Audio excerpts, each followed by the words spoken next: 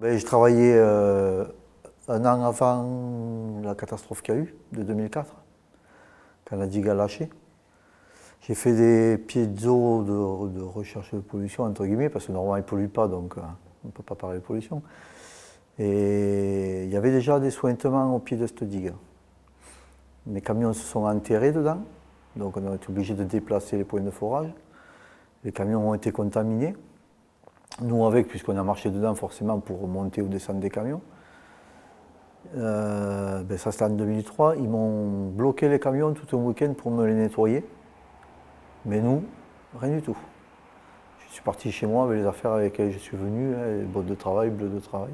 Il y a eu une autre campagne en 2004 quand la digue a lâché. On a été appelé d'urgence, tout en périphérie de l'usine. On a fait des piezo pour voir à quelle étendue la pollution avait gagné dans les terres.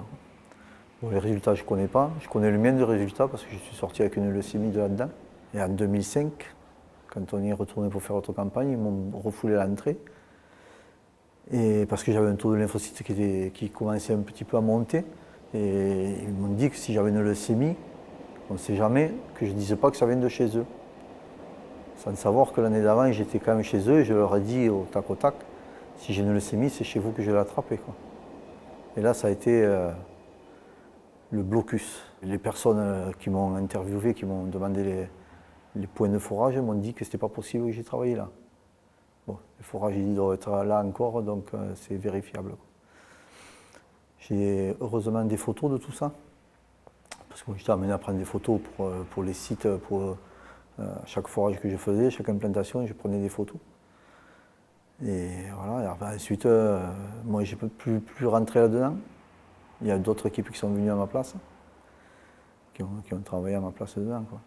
Et j'ai ma maladie qui s'est déclarée, enfin qu'on s'est rendu compte en 2007, car j'ai fait une petite attaque, croyant que c'était une attaque cardiaque, et en fait c'était le leucémie qui est rentré dans le cœur. Voilà. J'ai fait une procédure, mais pas en tribunal, j'ai fait une procédure à la sécurité sociale pour essayer d'être reconnu, que je ne savais pas comment ça allait évoluer la maladie. S'il fallait que je me recycle ou quoi que ce soit, que je puisse avoir quelque chose quand même pour m'aider. Pas forcément quelque chose de financier, mais quelque chose qui puisse me donner des droits de quitter mon travail et pouvoir en reprendre un autre. Et cette procédure a échoué car ils m'ont dit qu'on ne pouvait pas faire le lien entre ma maladie, qui est le leucémie lymphoïde chronique, et la radioactivité de Comurex. Plus ça va, plus je me rends compte qu'il y a des gens qui sont malades de la même maladie que moi, et que ça s'étend sur Narbonne. Si je peux faire quelque chose pour toutes ces personnes-là, c'est pour ça, c'est ce but-là que je viens. C'est plus pour être reconnu de quoi que ce soit, parce que je sais que c'est fini. Pour moi, le dossier est classé entre guillemets, parce qu'il n'est pas classé. Mais si je peux faire quelque chose pour aider tous ces gens-là, je vais le faire. Voilà. Moi, pour ma part, toutes les personnes que je connais, que je sais qui travaillent là, qui vont en tant qu'intérimaires ou prestataires, je les déconseille fortement de travailler là-dedans.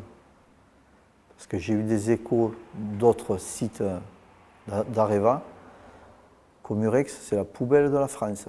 Voilà comment ils appellent. Et personne ne veut y aller de chez eux.